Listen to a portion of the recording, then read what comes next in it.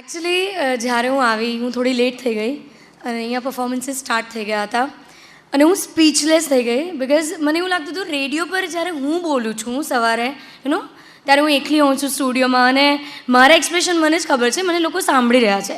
But આજે જે આમાં પરફોર્મન્સીસ જોયા, મતલબ એક પણ શબ્દ વગર જે કમ્યુનિકેશન થતું હતું આંખો દ્વારા, એક્સપ્રેશન્સ દ્વારા, ડાન્સ દ્વારા, આ ચારે ચાર સલામ છે તમને લોકોને. સિરિયસલી એકવાર સિરિયસલી એ લોકો માટે તાળીઓ થઈ જાય. અને મેમે કીધું કે 2 જણાની કંઈક એક્ઝામ હતી.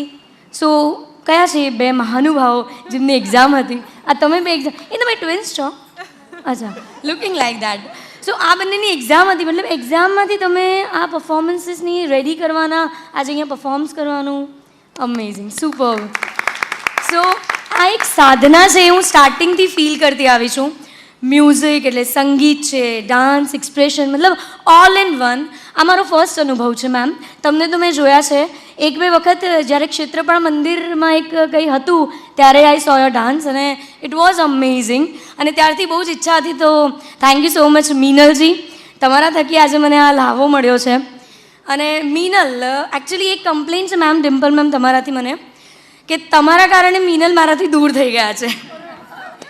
એમાં એવું છે કે હું સવારે 7 થી 11 શો કરું ને ત્યારે મારો એકાદ કોલ તો એમનો હોય જ, એટલે અમારી નાની નાની વાતો થયા જ કરતી હોય, એકબીજાને કેમ છો કેમ નહીં. પણ જ્યારથી આ સંગીત અને ડાન્સની સાધનામાં જોડાયા છે ત્યારથી હા મારી સાથે થોડું બ્રેકઅપ થઈ ગયું છે. એ આઈ વિશ કે હવે પાછું પેચઅપ થઈ જાય. So she is my listener અને મને બહુ જ ગમ્યું. She is an inspiration. થોડા દિવસ પહેલાં જ મને બાઇક શીખવાનું સૂર ચડ્યું. કાર આવડે છે, મોપેડ આવડે છે, મેં કીધું બાઇક. પણ મેં કીધું યાર આ ઉંમરે, દેન આઈ રિયલાઇઝ કે ના, મીનલ છે, મીનલ જો આ ઉંમરે એમનો શોખ પરસ્યુ કરી શકતા હોય તો હું કેમ નહીં. એટલે હવે મેં ચોટલી બાંધી દીધી છે કે મારે બાઇક શીખવું જ છે. So you are an inspiration. અને એમના કરતાં પણ મોટા ઇન્સ્પિરેશન પ્રિતેશજીને કહીશ, કારણ કે મેં ઘણીવાર જોયું છે, આઈ એમ અનમેરિડ અને એના ઘણા બધા રીઝન છે, પણ કપલ ગોલ આપે છે આ કપલ મને ઓફકોર્સ. અને લગ્ન પછી મેં ઘણી વાર જોયું છે કે જે ફિમેલ્સ છે એમના શોખથી એ દૂર થઈ જાય છે.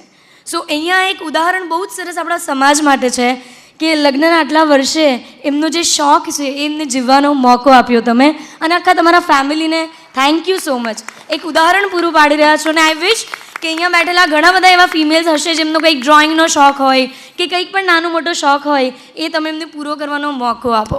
સો વધારે નહીં બોલીશ ઓફકોર્સ, બિકોઝ મારી તો બોલવાની આદત છે. પણ ચોક્કસ આ 3 4 માટે એકવાર વન્સ અગેન હું તાળી પાડતી જાઉં છું અને હું વિશ કરું છું તમે પણ જોઈન કરો. Thank you so much.